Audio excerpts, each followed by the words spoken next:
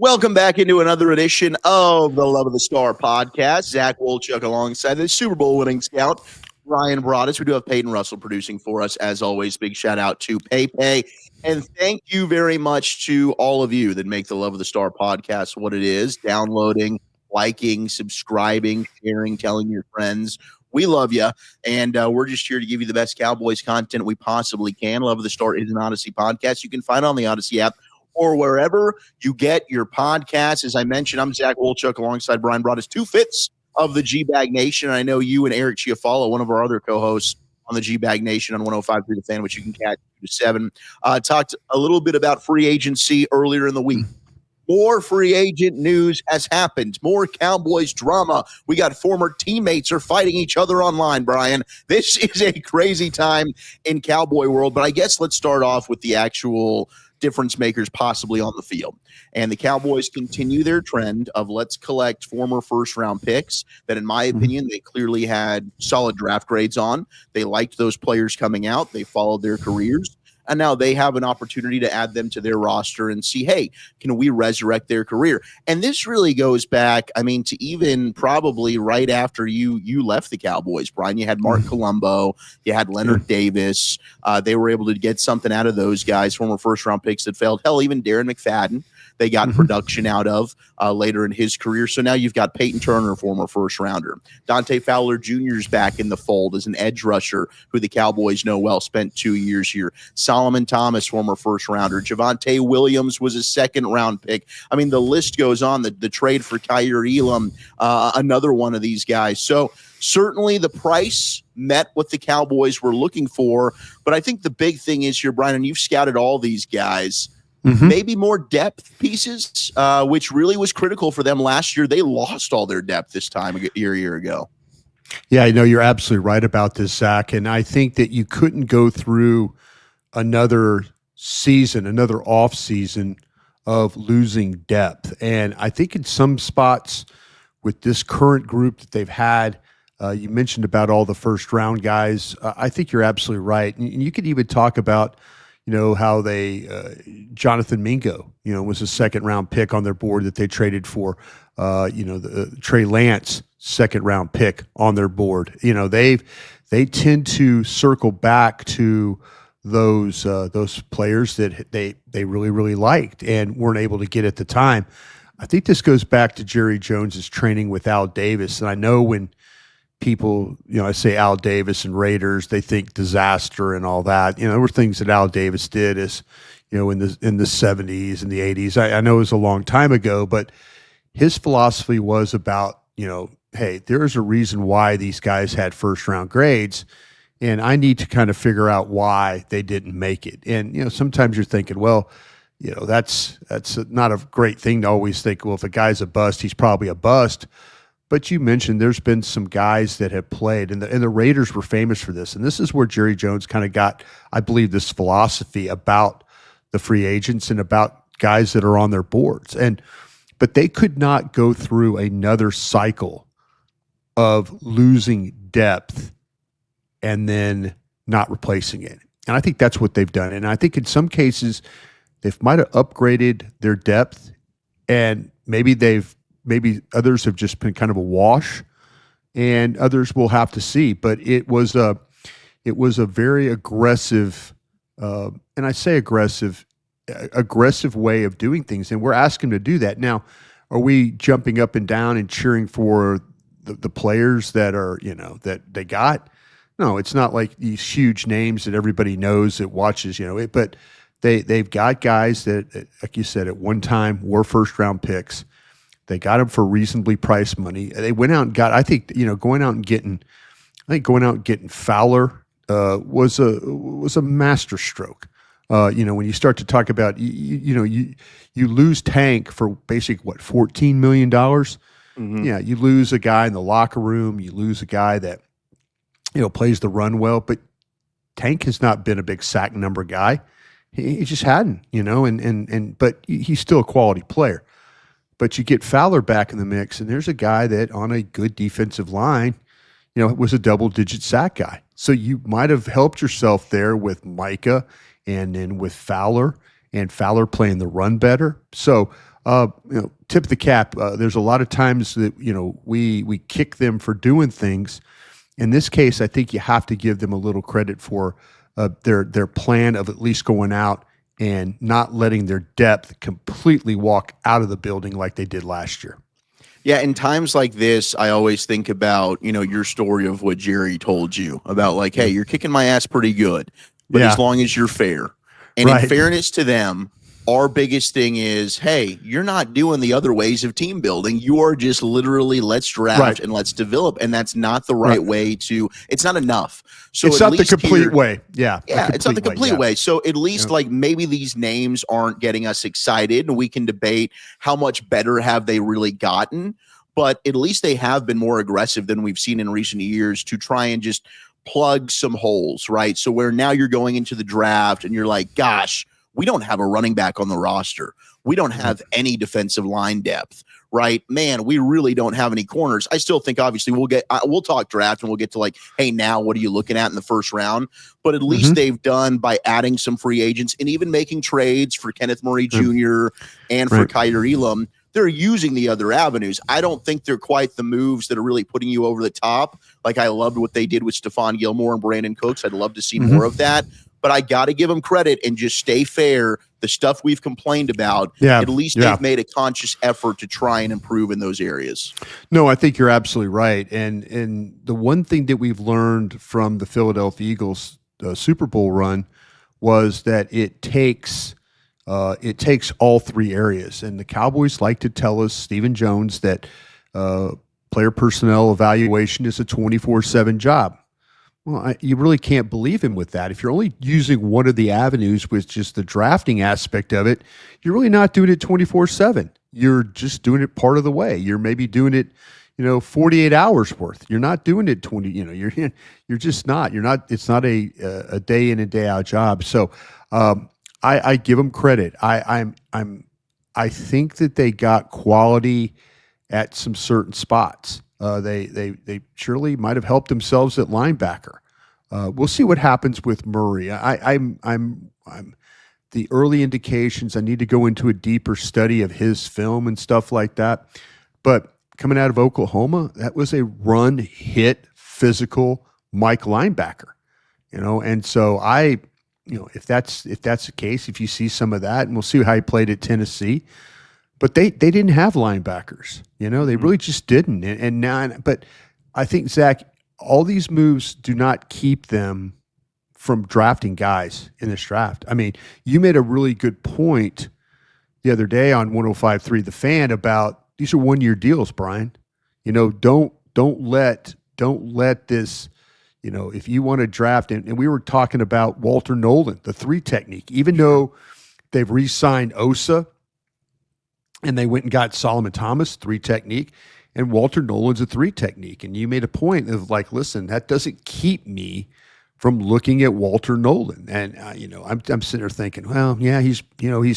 I don't want to believe that, but in honesty, you're right about it. So you should, this is not the depth aspect of this is, you need to still work on getting the best players on your board and taking those players out of your stack.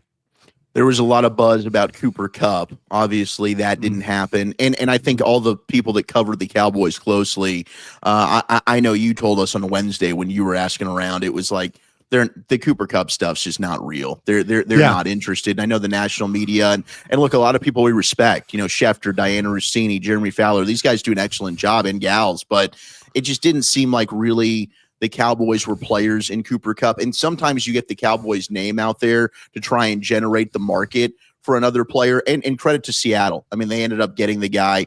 I do still think wide receiver, and I love the exercise that you brought up during Krusty's Corner. I think it was Thursday. Like a lot of these veteran wide receivers are still out there. Like that's one of the areas that hasn't really been picked over.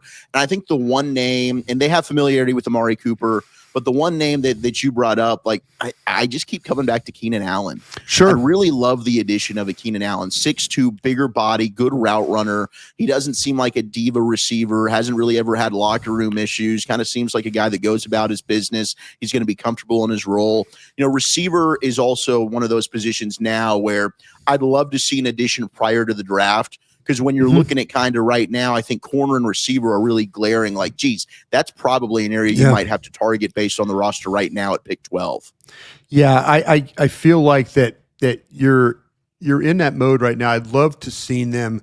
I as you mentioned, I didn't get it. It wasn't positive all about Cooper Kupp. It not positive as like they're bashing the guy or anything. It was like, when I was asking him, like, listen, isn't he possibly this Cooper Kupp thing? And I had two different people tell me no. And it wasn't because of the money and stuff. It's just like, no, that, the injury stuff, the play, just not what it was going to be. And they thought, well, if it got down to a certain level, then maybe we would consider that, but, it just wasn't going to happen. Now, the Keenan Allen one is interesting to me just because, that is, as you mentioned, that is a big body guy. And now you're talking about how do you maximize the money now that you've spent on, on CeeDee Lamb, not only all that, but also the money that you spent on Turpin. And I know people are saying, wait, Broadus, Turpin, wide receiver. I think Turpin now fits into that 11 personnel stuff that you want to do.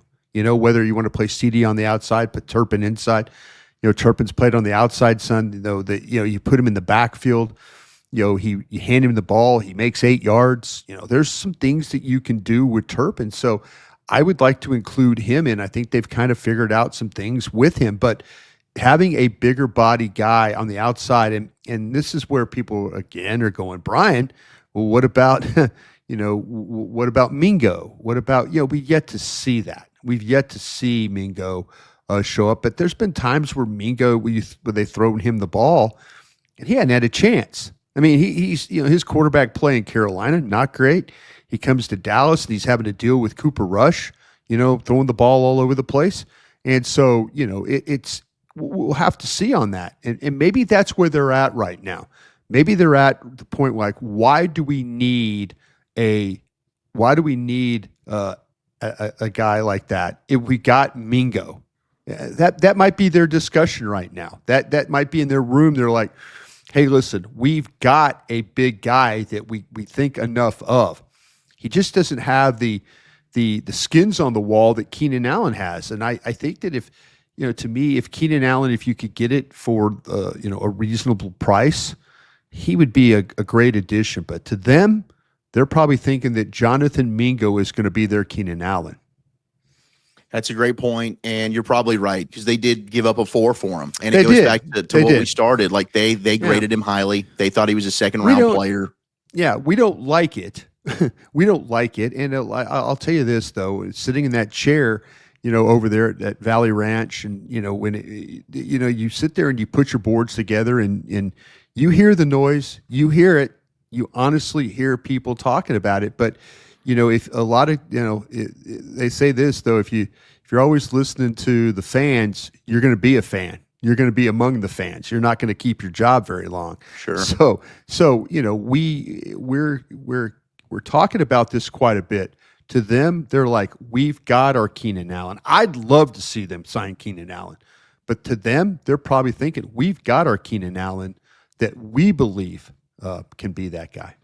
I want to carry over some of the wide receiver talk in the next segment. I want to get some draft talk with you when it comes to running back, when it comes to receiver, kind of what they've done so far. Corner, we'll get into that. But as we wrap up our opening segment, we got to just get to some of the drama on the Twitters as DeMarcus Lawrence, who I do think will go down as an underrated Dallas Cowboy. I know a lot of fans, once he signed his big $100 million contract, they soured on him because the sack numbers definitely dwindled and the injuries certainly were a factor throughout his career. But I think when you look at it, I mean, the guy was healthy in 2022, 2023 this past year, obviously not. But I think when you watch DeMarcus Lawrence play down in, down out, especially for those that do, the all 22, that you do NFL Plus, you're able to watch that stuff. Like, DeMarcus Lawrence was one of those guys that you could count on, that played with aggression, that played with violent intentions, that did his job the right way, sacrificed his body,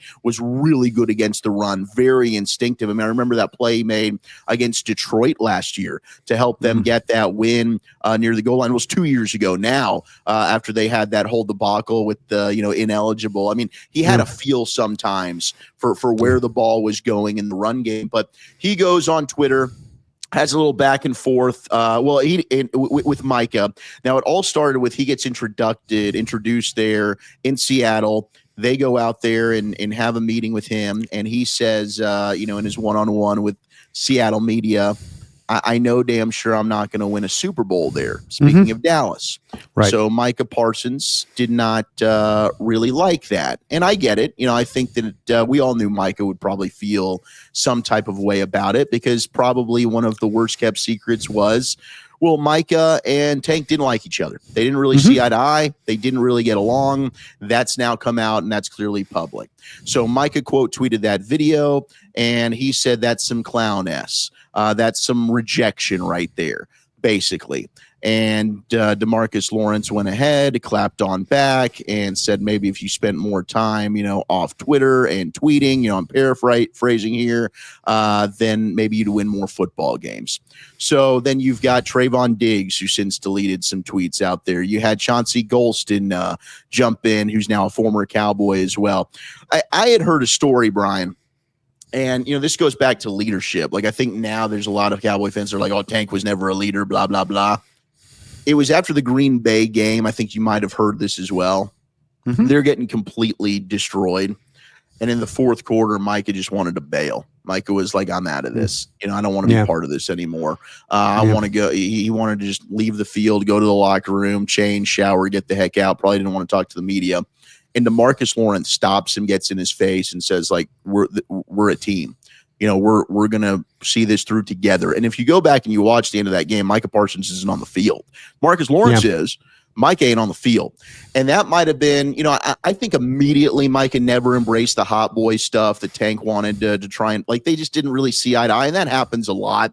But I think that might have been some of the first cracks that you really saw. And from that point on, like, those two just kind of didn't have quite a respect for one another. But, I don't think what DeMarcus Lawrence said is necessarily wrong, but I do agree with your overarching point of, I do wish he would have just directed it quite at the front office. Sure. Because now you are putting your former teammates like, what, you don't think we're good enough? It's our fault that we're not winning?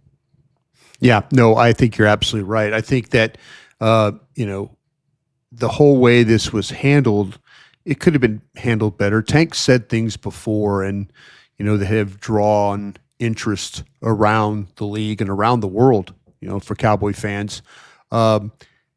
If he would have just directed it, said, listen, this front office doesn't give you the opportunity to win a championship. Okay, fair. Even though that organization had given you over $100 million, in salaries and stuff, and you earned it. You played well. At times you played very well. And so, yeah, I think if he would have done that, it would have not drawn these players into the fight.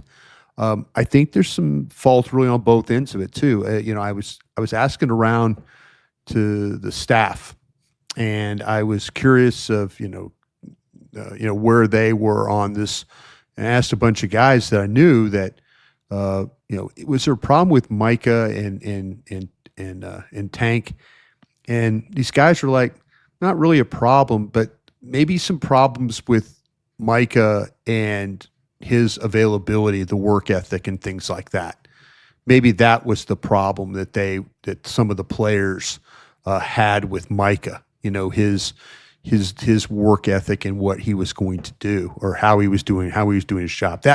That's kind of, it wasn't the like, no, they hate the guy kind of a thing. It was more like, well, there's some things that they just don't quite understand about him. Micah's a different guy. He has other interests. I mean, his interest in travel, media, sporting events, he's different. And, that's good that he can have that kind of life. And I think there were a lot of guys, I shouldn't say a lot, there were guys in that room that resented him in that way. that way when it's time to work, we need to work, and you're not being a part of this and I think that's where a lot of this resentment comes. And I think you did a great job of pointing out some of the problems that Tank had. Hey, listen, Tank is a team guy, but there's some things that have been said about Tank too. Is like, did he, could he have come back for the injury? Was it worth it? That kind of thing. There's maybe some self-preservation there. Mm-hmm. There's plenty of blame for both parties here. If you don't like Micah, that's one thing. If you don't think Tank is a great leader, that's another thing too. But these two clearly, they made their feelings known, and it just so happened it had to come out on Twitter, and that's always that kind of that toxic energy sometimes that you don't want to bring to the attention to yourself with. You are listening to the Love of the Star podcast. The Love of the Star is an Odyssey podcast you can find on the Odyssey app or wherever you get your podcasts.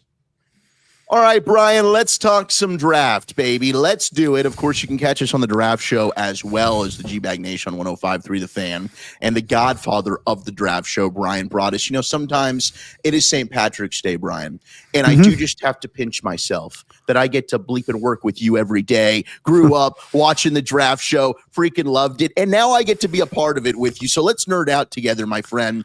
And like I said earlier, I think now we're kind of feeling where are the holes still on this roster. Sure. First wave of free agency, and I doubt that they're done. But if you look at where are still the big holes right now, the one concern for me was, oh no, they've signed Miles Sanders. They've signed Javonte Williams. My dream in this whole draft has been, this is the year. Get your starting running back for the next 4 to 5 years. There's so many good backs. If it's not Ashton Genty, and I know you and I would love it, we would stand on the table at 12. Go get that guy. He's maybe the best all-around player in this entire draft when it's all said and done.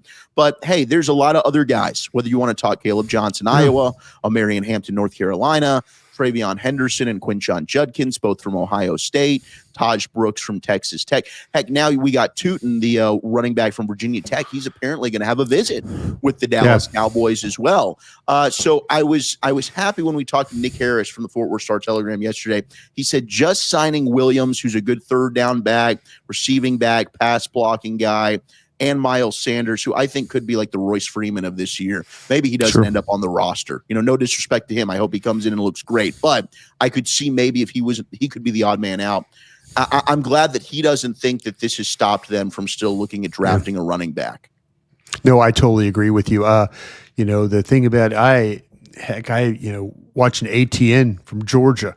Voch Lombardi and I were doing our podcast, We're Doing All Right podcast, and we were talking about how deep this he asked me, have you ever experienced or seen a position group where every player in it from rounds 1 through say 5 you liked, and I mean there are guys in the 5th round, maybe 2 or 3 guys the 5th round on my board at running back that I would still draft, and I still feel like that they could help a team, and so to his point, I'm like, God, come to think of it, that's something that I've never really thought about, but man, it makes a lot of sense.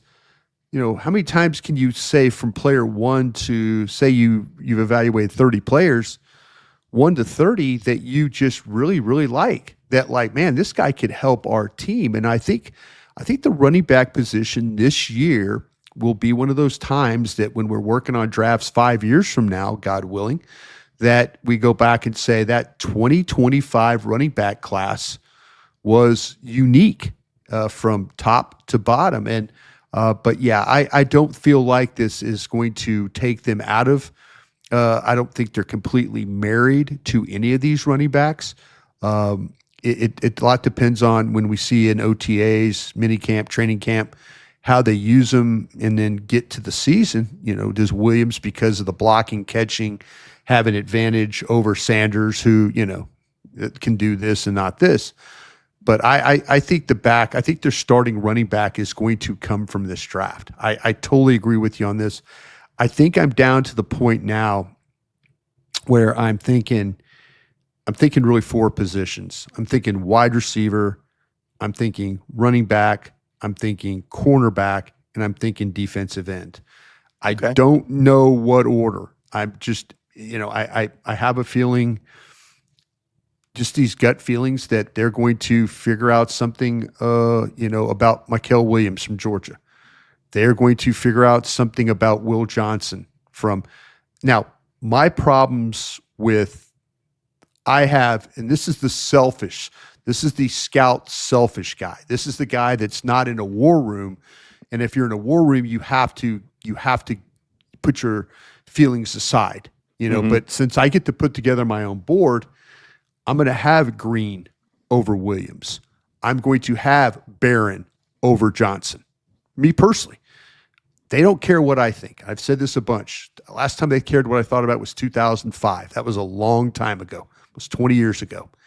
And so, but the selfish side of me thinks Barron's a better player than Johnson and that Green's a better player than Mykel Williams. That's just me.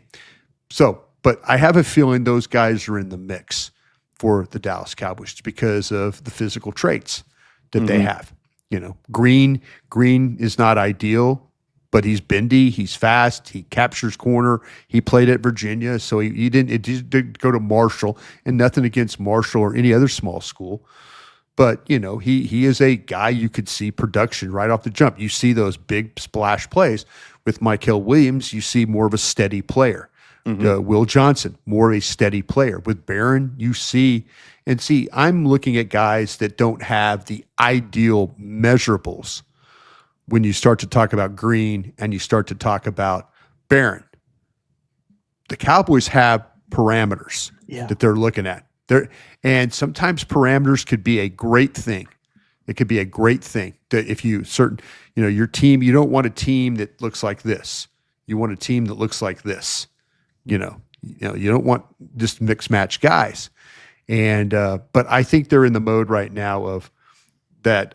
It's the 4-position corner or wide receiver, corner, running back, defensive end. It's going to be some combination of those guys, probably in the first 3 picks for them. I'm with you, and I love Mike Green. They might look at Mykel Williams and say, okay, this is a player that we just lost into Marcus Lawrence, who can set the edge. He's got the size, he's got the length, he's good against the run, and we can tap into the pass rush potential. Yeah. Where Mike Green, dude, might be arguably the best pass rusher in the entire class. The production's there. Had 17 sacks this past season, had a tackle for loss in 12 of 13 games. I mean, the get off for him, and I've talked to you about this, like the one thing that I've noticed now in like year 3 of doing this with you is the first step quickness off the ball translates. Keon White had that. He's been a really good player for the Patriots. Chop Robinson had that last year. He's now developing with the Miami Dolphins as a really, really good pass rusher. Byron Young with the Rams was a guy that stood out to me from Tennessee that's now been a really good 3rd round hit with the Rams. So, to me, it's like I see that from Mike Green, and I just feel like that's going to translate. He's going to be a disruptive player at the next level. Mykel Williams, to your point exactly, could be a steady 10-year guy. No but question. As a 1st-round pick, I don't know that he's going to be like that massive disruptor difference maker for you. Yeah, that's the thing that to me, and I'm with you. I have nothing against Mykel Williams.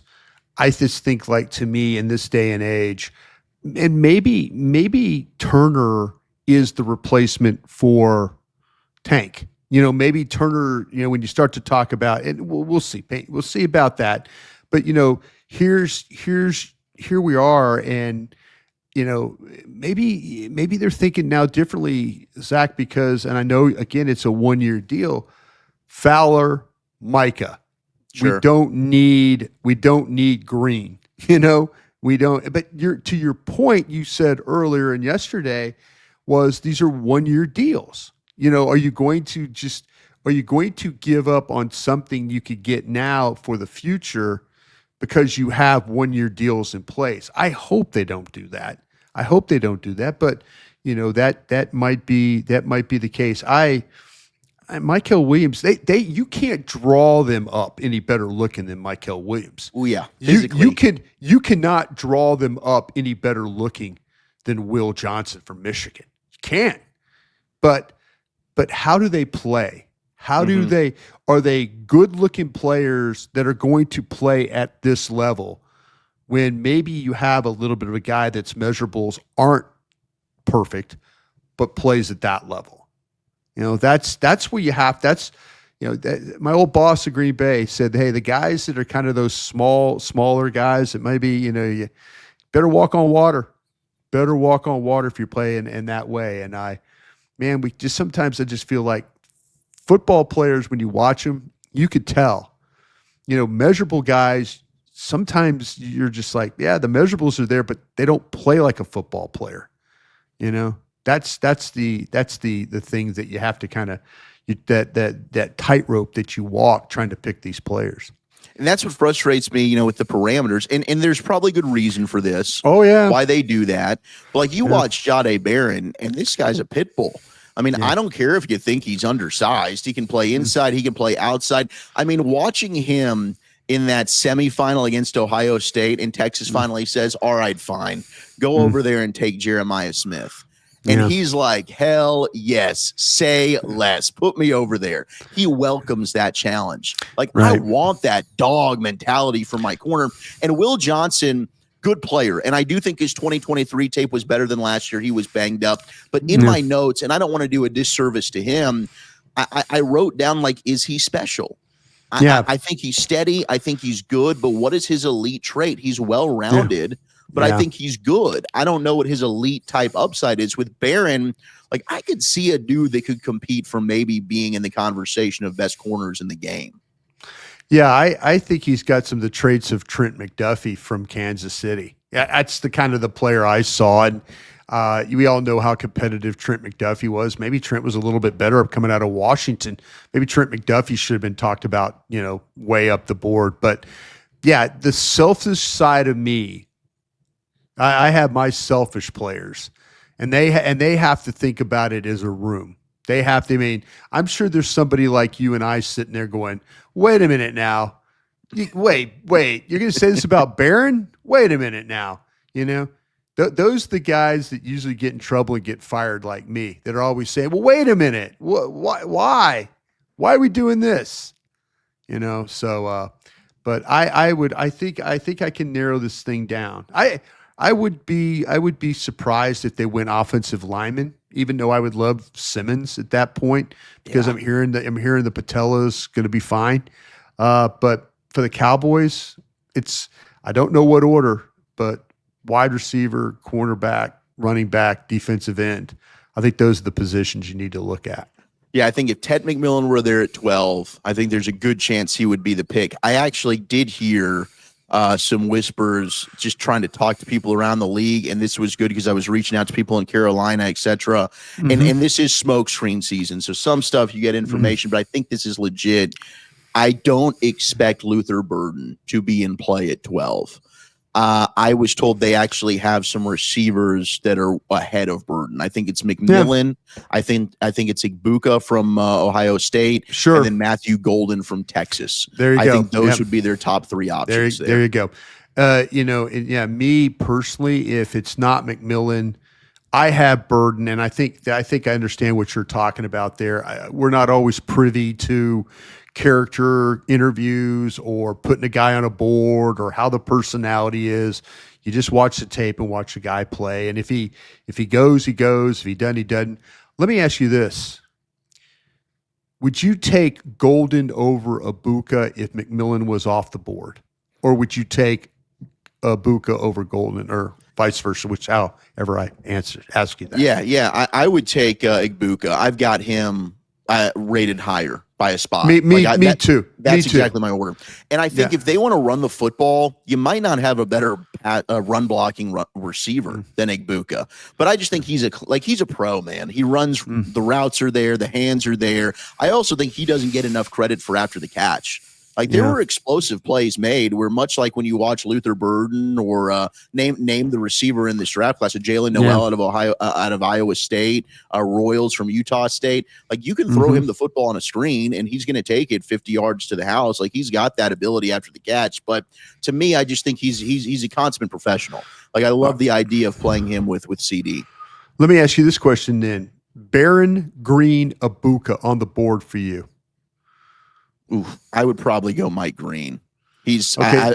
I've got him rated higher. Okay. So I'd you go would go ahead. in that order. I'd go Green, Barron, Igbuka. That's how I've got him stacked. Okay. Okay. That's what I was curious. So okay, so in your grand scheme of things, you would go without McMillan. At wide receiver, you would have Ibuka. Mhm. At cornerback, you would have Barron. Yes. Running back, no Ginty. Caleb Johnson would be my second option. I agree with you on that one. Defensive end. Green. If Green's not there, Oh, Green. Oh, no, Green's there. Green's there. So Green would be the guy. So, and honestly, after that, it would be Jalen Walker, and I'm trying to use him like Micah Parsons. I see what you're doing there. Okay, so just to recap, I say it's going to come down to I don't know what order. Wide receiver, corner, running back, end. Your group is Ibuka, Barron, Johnson, Green. Yes. And I don't know if you have this the same. I've actually got Will Johnson as my cornerback 4. If I'm not including Travis Hunter, I've got Benjamin Morrison from Notre Dame ahead of Will Johnson. I've got I'm the same way, and I need to find out about the way my 4 corners the way they look right now. Hunter, Reville, Barron, Morrison are all my 4. That's the position. Cornerback is the position I have the most first round grades in. So I have 4 of those and 3 wide receivers. So that's there we go. Yeah, I like your list though. I'd be happy with any one of those picks, but I have a feeling with the Cowboys. Okay, with the Cowboys, let's just take a guess what it would be with the Cowboys. Mm-hmm. It'd be Ibuka, probably Johnson, probably right? Johnson. Yeah, Will Johnson, running back. Running back. Ooh, that's a great question. I'm really not sure how they view these backs. Do you think they like Hampton? They might like Hampton. I'm kind of leaning Hampton over Johnson for them too. I think it'd be Hampton, and then Michael Williams. Don't you think at edge? Yeah. Okay. If now it's Ibuka, Johnson, Will Johnson, Hampton, and Williams all on the board. Okay, let me pull it up. I think I'm going Igbuka. Yeah, I think Igbuka would be my highest rated guy out of that group. So Ibuka, how do you have it after that? Then it would be Michael Williams, Will Johnson, and Hampton. Okay. All right. Yeah. I don't know that I could go any other running back outside of Genty at 12. I think I would just probably I'd probably screw myself, but I'd wait till 44. I think you and I are kind of alone on Johnson, by the way. I think a lot of people. I don't get this. I don't get why he's dropping. I don't either, but they're both of them are really good players. Good players. Hampton, I mean, I have them. People ask, "Oh, Hampton at 44." I'm like, was the guy Caleb Johnson available at 44? Yeah, because I think you're right. I think Hampton's going to go before Johnson. If Johnson's there at 44, man, you and I are going to have a party. I hope they take him. I hope they take him too. I hope they take him too. You are listening to the Love of the Star podcast. Love of the Star is an Odyssey podcast, and you can find it on the Odyssey app or wherever you get your podcasts. Time now for the Dean Julia mailbag as we put it on X, formerly known as Twitter. You can follow us at Brian Broaddus, at Zach Wolchuk, at Eric Chiafalo as well whenever he is on the show. But some good questions that we've got here. And I actually want to go to one that went, just bypassed the Twitter. Big Time Tolo went ahead and just said, hey, I'm going to text you these questions because I want to know. And it's Steve Campbell, who does an excellent job, has his own podcast. I've been on there with him before. But he wanted to know, what position does Dallas have to nail in this draft, even if they were going to double dip, Brian? Runner. I think they got to nail the runner because I think you got guys that are good. I mean, serviceable. Is that a fair word? Yeah. I think Sanders, that's to me, I don't know. I mean, I don't feel as great about him. I was kind of hoping they were going to double dip running back anyway, but yeah, with Williams, he can only do really a couple of things. Sanders is kind of limited in what he can do. They really still don't have a running back. And if they're going to be as committed with what we've heard from the head coach, the coordinator, the offensive line coach, if they're going to be committed to running the football that way, they better hit this running back. They better, and like I said, and I think you agree, this thing stretches pretty good. But if they could grab one of those Genty or the Johnson, Hampton, Henderson group, grab one of those guys, I would feel so much. I think they got to hit that. I think they got to get a legitimate back to run this football. Agreed 100% on that. The other position I'd probably say is corner. Now, just looking at the roster, whoever they take at corner, probably going to have to play quite a lot for them. Probably going to start. Yep. Yeah. Probably going to start opposite Blam. Yeah. Which, I mean, if they take it at 12 and it's Will Johnson, you and I are going to be looking at each other like, please, God, hit. Please, God. Kind of similar to Mozzie and Guyton, right? Like players we liked, maybe they took them a little bit higher than we would have taken them, but we trust them and we trust their scout's eye and just going to cross our fingers and hope to God that player hits. But maybe in the second round, it's a Trey Amos from Ole Miss and Maxwell Hairston from Kentucky. They got some solid options in round 2. They absolutely do. Okay, next question here in the Dean Julia mailbag. K-Mess wants to know, let's talk about this safety group. Is this team going to go into the season with Hooker and Wilson? Are Thomas and Bell going to get a more serious consideration? And will the staff consider Israel Mukwamu, who they just re-signed, as more of a corner or a safety? I think Izzy, they got to consider Izzy's a corner, considering the lack of depth they have at the position right now. The safety group, I think that this might be the actual year that, and I, talking to Mike Zimmer and them, we all had that opportunity before, at training camp. We sat down with Mike and kind of hashed some things out. They really liked, they liked their starting. They liked Hooker. They liked Wilson. Bell was a special teamer, even though Bell was just phenomenal as a nickel linebacker. I mean, the toughness he plays with. Thomas has got ability to cover.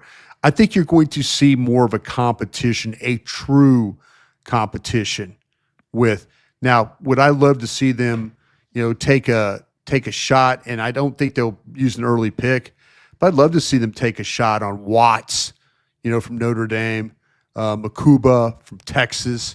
I really do like Winston from Penn State as a free, our South Carolina kid, tested really great at the Maury at the combine.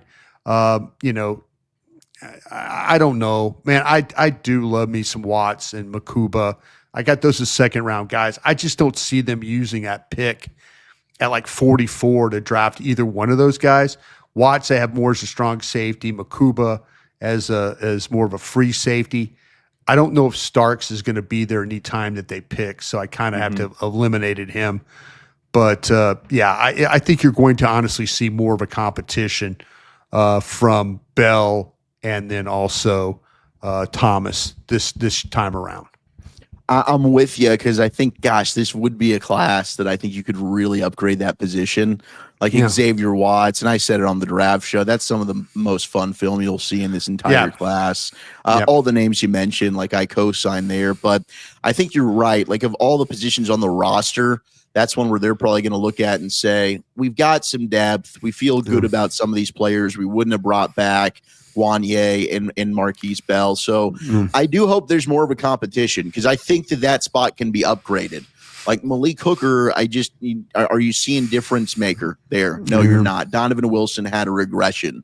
So I want to see like earn your spots. Like if Wanye ends up being better, play him. If Marquise Bell is better, play him. But I would not mind, especially in this draft in the second round. I think you're right, man. There are some really good safeties that could improve that spot for you. Even later on, if they wanted. I mean, I advocated for Dan Jackson out of Georgia. I know you're talking about, Yeah. I mean, look, if you're a walk-on guy, and I'm just going to say it, Brian, if you're a white walk-on safety and you're starting at Georgia, you're doing something right. And this dude he plays with he plays well. He shows up. He can move around. And the 40 time that he ran, pretty darn impressive. A 4.44. I did not think he was going to run that well. I think you have him maybe a round low. This might be a 4th, 5th round guy when it's all said and done. Yeah. Hey, you got a few 5s. I wouldn't mind. Just throw that dart. And I know some of these Cowboy fans, if I bring up a Jeff Heath, might lose your mind a little bit. But Jeff Heath contributed for you. Saved you a game against the Raiders there in the Coliseum. If you just saved a couple. If you remember the game against Philadelphia, they had a 4th down play, and they tried to throw the ball underneath to who was trying to throw it to? It might have been to Zach Ertz, and he drove on the ball and knocked it away. On 4th down. Dallas won that game in Philadelphia. So he saved a couple of games for you. All right, last question here before we boogie out of here. Ashley wants to know, what do you think is the best way to get back that 4th round pick without trading down too far, ideally? Yeah, I think to me it's going to have to be a trade down, and I think it's likely. I want to say it's going to have to come in the 1st, but it could come in the 2nd. I think where I would shoot for if the trade happens in the 1st, try to get a 3rd. If the trade happens in the 2nd, try and get the 4th. So you're always kind of trying to go, since you're giving a more of a premium asset, in 1st round asset is a very, very valuable asset to have. You saw what Detroit did. You saw how desperate Detroit was to get it and get their guy. So they threw you a 3rd round pick. I would love if Dallas, listen, scouts have this give me picks kind of mentality, and I never really want to trade down unless it's just something I absolutely have to do. But my attitude going in but if I'm going to move the 1st, I'm going to try and get a 3rd.